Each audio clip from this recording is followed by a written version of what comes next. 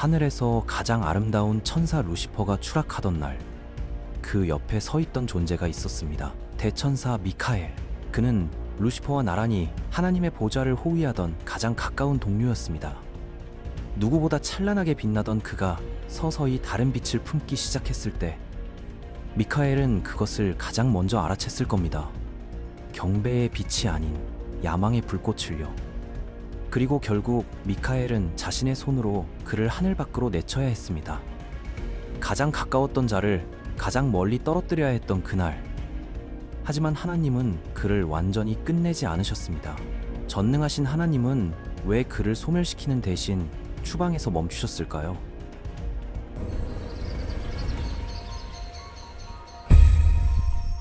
미카엘과 루시퍼, 이 두 대천사는 하나님의 보좌 양옆에 서 있던 존재들이었습니다.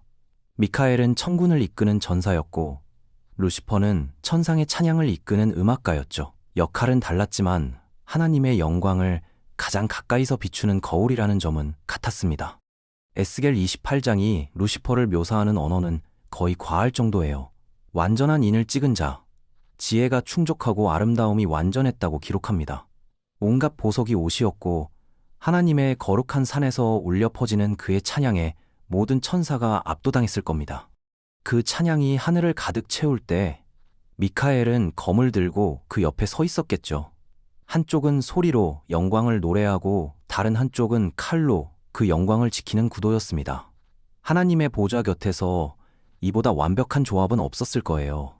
그런데 어느 순간부터 그 찬양의 음색이 달라지기 시작합니다. 미세한 변화였을 거예요. 경배의 선율 사이로 자기 과시의 음이 슬쩍 끼어들었거든요. 하나님을 높이던 노래가 자신의 아름다움을 드러내는 무대로 바뀌어가고 있었습니다. 이사야 14장이 그 내면의 독백을 포착합니다. 내가 하늘에 올라 하나님의 별 위에 내 자리를 높이리라. 찬양대의 지휘자가 스스로 찬양의 대상이 되겠다는 선언이었어요. 이건 노래가 아니라 창조주를 향한 선전포고였습니다. 결정적 균열은 하나님이 흙으로 인간을 빚으시던 날 터졌을 것으로 보입니다. 성경이 이 장면을 직접 묘사하진 않지만 전후 맥락이 강하게 암시해요. 영적 존재인 자신보다 흙으로 빚은 인간이 특별한 사랑을 받는다는 사실이었거든요. 미카엘은 이해했을 겁니다. 하나님의 사랑은 서열의 문제가 아니라 은혜의 문제라는 걸요. 하지만 루시퍼는 달랐어요. 그는 사랑을 서열로 읽었고 은혜를 자신의 지위에 대한 모욕으로 받아들였습니다. 미카엘이 경고합니다. 교만을 버리라고요. 하지만 루시퍼는 오히려 그 경고를 비틀어 버립니다. 넌 맹목적으로 복종하는 거야. 난 더 높은 곳으로 나아가는 거고 순종을 노예 근성으로, 반역을 자유로 포장한 겁니다. 천사의 3분의 1을 자기 편으로 끌어들인 루시퍼. 거대한 천상의 전쟁이 벌어졌고 결과는 처참한 추방이었습니다. 예수님이 직접 증언하시죠. 사탄이 하늘에서 번개같이 떨어지는 것을 내가 보았노라. 가장 찬란했던 빛이 꺼진 순간이에요. 그를 하늘 밖으로 내쳐야 했던 건 다름 아닌 미카엘이었습니다. 요한계시록 12장이 기록하죠. 미카엘과 그의 천사들이 싸워 루시퍼를 하늘에서 쫓아냈다고요. 나란히 보좌를 호위하던 동료를 자기 손으로 떨어뜨린 겁니다. 성경은 그 순간 미카엘이 무엇을 느꼈는지 말해주지 않아요. 다만 이후 미카엘이 성경에 다시 등장할 때마다 그는 언제나 싸우고 있습니다. 다니엘서에서도, 유다서에서도, 계시록에서도요. 한때 동료였던 자와의 전쟁이 이어지는 것처럼 나란히 서서 하나님의 영광을 비추던 두 거울이, 하나는 그 빛을 자기 것으로 삼으려다 산산조각 났고 하나는 끝까지 빛을 비추는 자리를 지켜냈어요. 하지만 추락한 루시퍼의 이야기는 여기서 끝나지 않았습니다. 추락한 루시퍼에게 남은 건 하나님을 향한 왜곡된 대적이었습니다. 자기가 잃어버린 것을 하나님이 사랑하는 존재에게서도 무너뜨리겠다는 집념이죠. 그래서 그가 뱀의 모습을 빌려 접근한 곳이 바로 에덴 동산이었어요. 사탄의 전략은 단순하면서도 소름 끼칠 정도로 정교했습니다. 하나님의 말씀을 살짝만 비틀었거든요. 하나님이 정말 동산의 모든 나무 실과를 먹지 말라 하시더냐? 이 짧은 한 문장 안에 사탄의 교활한 본질이 고스란히 담겨 있어요. 하나님은 딱 한 그루만 금지하셨습니다. 나머지 모든 열매는 마음껏 먹으라 하셨어요. 그런데 사탄은 마치 전부가 금지된 양 질문을 던집니다. 자유를 아낌없이 주신 하나님을 자유를 억압하는 폭군으로 순식간에 뒤집어버린 거예요. 하늘에서 천사들을 선동할 때와 똑같은 수법이었습니다. 그때도 하나님의 질서를 억압이라 불렀고 에덴에서도 하나님의 보호를 통제라 부르고 있거든요. 같은 대본에 무대만 바뀐 겁니다. 그리고 결정타가 날아옵니다. 너희 눈이 밝아져 하나님과 같이 되리라. 하나님과 같아지겠다는 욕망. 자신이 넘어졌던 바로 그 유혹을 이번엔 인간에게 다시 던진 겁니다. 약속과 달리 선악과를 먹은 순간 눈이 밝아진 게 아니라 부끄러움과 두려움이 쏟아져 들어왔습니다. 하나님의 발소리에 숨었고 서로를 탓했어요. 사탄이 약속한 자유는 처음부터 실체가 없었던 겁니다. 그건 해방이 아니라 단절이었거든요.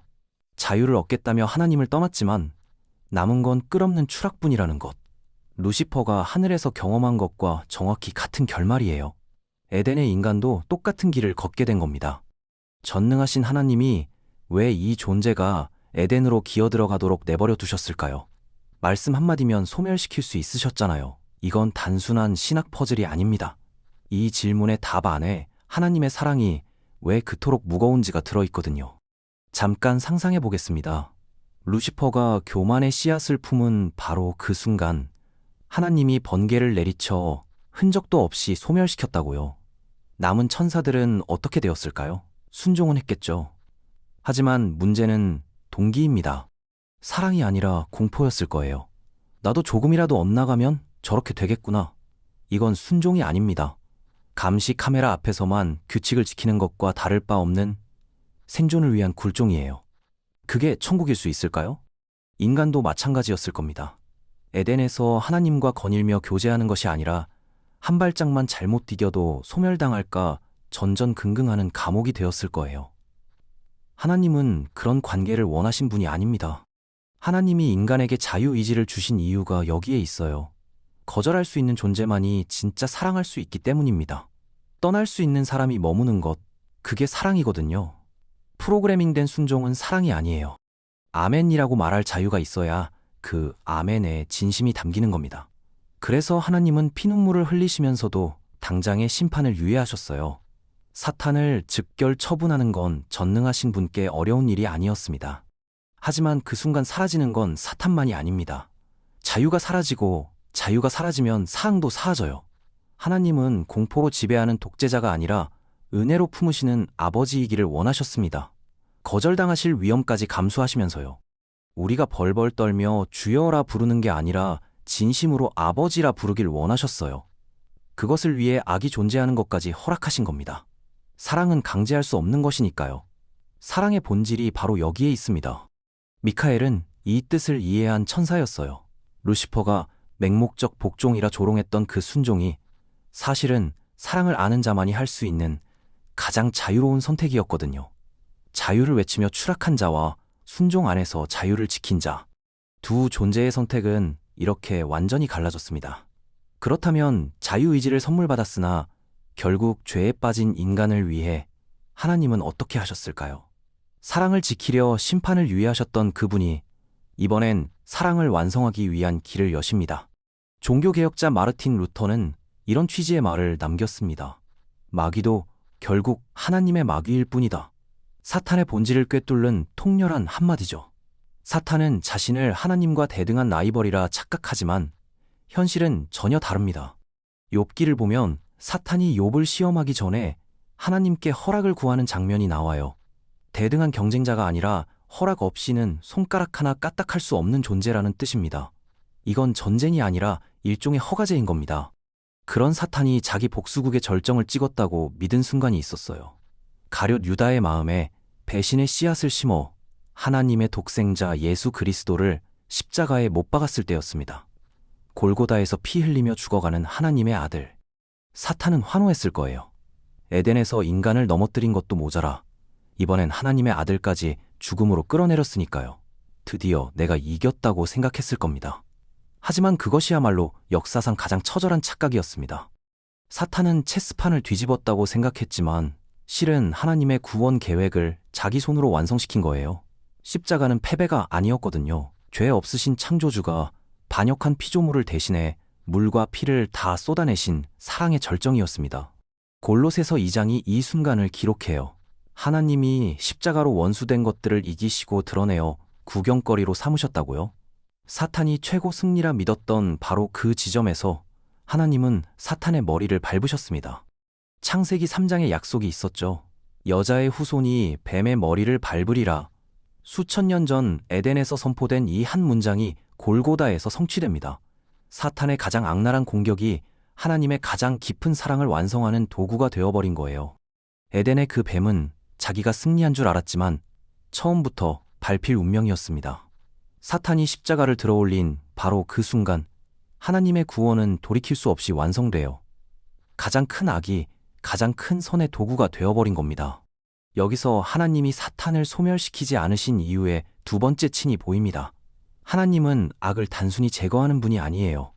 악마저도 선으로 뒤집으시는 분이거든요. 사탄을 없앴다면 십자가도 없었고, 십자가가 없었다면 이 압도적인 사랑의 증거도 없었을 겁니다. 십자가에서 이야기가 끝났다면 이건 비극이에요. 위대한 사랑의 희생이긴 하지만 결국 악이 최후의 웃음을 터뜨린 이야기가 되어버리거든요. 하지만 사흘 뒤 무덤을 막았던 거대한 돌이 굴려지면서 모든 것이 뒤집어집니다. 죽음이 삼켰던 그분이 살아서 걸어 나오신 거예요. 부활은 단순히 죽은 사람이 다시 살아난 기적이 아닙니다. 사망의 권세 자체가 산산조각 났다는 우주적 선언이에요. 이 무게를 이해하려면 사탄의 핵심 무기를 먼저 봐야 합니다. 사탄이 쥐고 있던 가장 강력한 무기는 죽음에 대한 공포였거든요. 네가 죄를 지었으니 죽을 수밖에 없다. 이 고발이 수천 년간 인류를 옥죄어온 전략의 핵심입니다. 히브리서는 사탄을 죽음의 세력을 잡은 자라고 직접 부르죠. 에덴에서 인간을 넘어뜨린 뒤로 사탄은 줄곧 이 무기를 휘둘렀어요. 죄의식과 죽음의 공포로 인간을 지배하는 게 그의 방식이었습니다. 하지만 예수님의 부활은 바로 그 무기 자체를 산산이 부러뜨려 버렸거든요. 죄의 값은 이미 십자가에서 치러졌고 죽음조차 그 분을 붙잡을 수 없었습니다. 사탄은 더 이상 우리를 죽음으로 위협할 근거를 잃었어요. 로마서 8장의 선포가 바로 이 맥락입니다. 누가 우리를 그리스도의 사랑에서 끊으리요? 끊을 수 있는 존재는 이 우주 어디에도 없다는 선언이에요. 물론 사탄은 여전히 세상을 돌아다닙니다. 베드로전서는 우는 사자같이 삼킬 자를 찾는 존재라 경고하죠. 하지만 십자가와 부활 이후로 결정적인 차이가 생겼습니다. 사탄은 이제 판결문을 받아든 사형수예요. 형이 집행되지 않았을 뿐 결과는 이미 확정됐거든요. 요한계시록 20장이 최종 장면을 보여줍니다. 사탄은 영원한 불못에 던져지고 세세토록 괴로움을 받게 됩니다. 이 영적 전쟁의 결말은 미정이 아니에요. 이미 끝났습니다. 다만 확정된 승리와 최종 집행 사이에 지금 이 시간이 흐르고 있을 뿐이에요. 그리고 이 유예된 시간은 심판의 지연이 아니라 은혜의 시간입니다. 여기서 사탄을 소멸시키지 않으신 이유의 세 번째 층이 드러납니다. 지금 이 순간에도 하나님은 한 사람이라도 더 돌아오길 기다리고 계세요. 베드로후서가 직접 말합니다. 주께서 약속을 더디게 하시는 것이 아니라 한 사람이라도 멸망하지 않고 회개하기에 이르기를 원하신다고요. 자유의지를 지키시려고 심판을 유예하셨고 악마저 손으로 뒤집으시며 십자가를 완성하셨고 지금도 단 한 사람을 위해 최종 심판을 멈추고 계십니다. 사탄을 당장 없애지 않으신 이유는 처음부터 끝까지 우리를 향한 사항이었던 거예요. 사탄의 전략은 수천 년 전이나 지금이나 본질적으로 같습니다. 내 인생의 주인은 너야. 네 맘대로 살아. 그게 진짜 자유야. 소셜미디어에서도 광고에서도 이 메시지는 끊임없이 흘러나옵니다. 매력적으로 들리죠. 하지만 에덴에서 이미 증명됐어요. 하나님 없는 자유는 자유가 아닙니다. 방향을 잃은 표류이고 목적 없는 방황이에요. 루시퍼가 그랬고 선악과를 먹은 아담과 하와가 그랬습니다. 결국 모두 같은 결말에 도달했거든요. 진짜 자유는 역설적이게도 내려놓는 데서 시작돼요. 내가 내 인생의 신이 되겠다는 교만. 루시퍼가 품었던 바로 그 욕망을 손에서 놓는 순간입니다. 예수님이 직접 말씀하셨어요. 진리가 너희를 자유롭게 하리라. 여기서 진리는 추상적 개념이 아닙니다. 예수님 자신이 곧 진리라고 선언하셨거든요. 사탄이 말하는 자유가 하나님으로부터의 도주라면 예수님이 말씀하시는 자유는 진리 안에 머무는 데서 오는 참된 해방이에요. 미카엘은 이걸 처음부터 알았던 천사입니다. 루시퍼가 자유를 외치며 보좌를 탐했을 때 미카엘은 순종 안에 머물렀어요. 그리고 추락한 쪽은 자유를 외친 자였죠. 진짜 자유가 어디 있는지 두 존재의 결말이 증명하고 있습니다. 같은 선택지가 지금 우리 앞에도 놓여 있습니다. 사탄의 속삭임대로 내가 왕좌에 앉을 것인가? 아니면 이미 승리하신 그분 앞에 무릎 꿇을 것인가? 이건 먼 옛날 하늘에서 벌어진 이야기가 아니라 바로 오늘 내 삶의 질문이에요. 혹시 지금 삶이 무너지는 것 같은 고통 속에 계신 분이 있다면요. 사탄이 하나님이 널 버렸다고 속삭이고 있다면 기억하시길 바랍니다. 그 고통의 한가운데서도 십자가의 사랑은 여전히 유효합니다. 사탄의 가장 맹렬한 공격조차도 하나님의 손바닥 위에서 벌어지는 일이라는 것을 욥기가 이미 증명했거든요. 그리고 그 모든 공격의 끝에서 하나님은 언제나 더 깊은 은혜로 응답해 오셨습니다. 전능하신 하나님이 사탄을 당장 죽이지 않으신 이유, 무능해서가 아니었습니다. 우리를 향한 사랑이 너무나 깊어서 공포가 아닌 진심으로 아버지라 부르는 고백을 기다리셨기 때문이에요. 그 기다림의 무게를 십자가가 증명했고 부활이 확증했습니다. 이 영상이 여러분의 영적 싸움에 작은 무기가 되었길 바랍니다. 십자가의 사랑이 오늘 내 삶에도 유효하다고 느끼셨다면 댓글로 그 고백을 나눠주세요. 여러분의 한 줄이 누군가에게 보내는 사랑의 힘이 됩니다.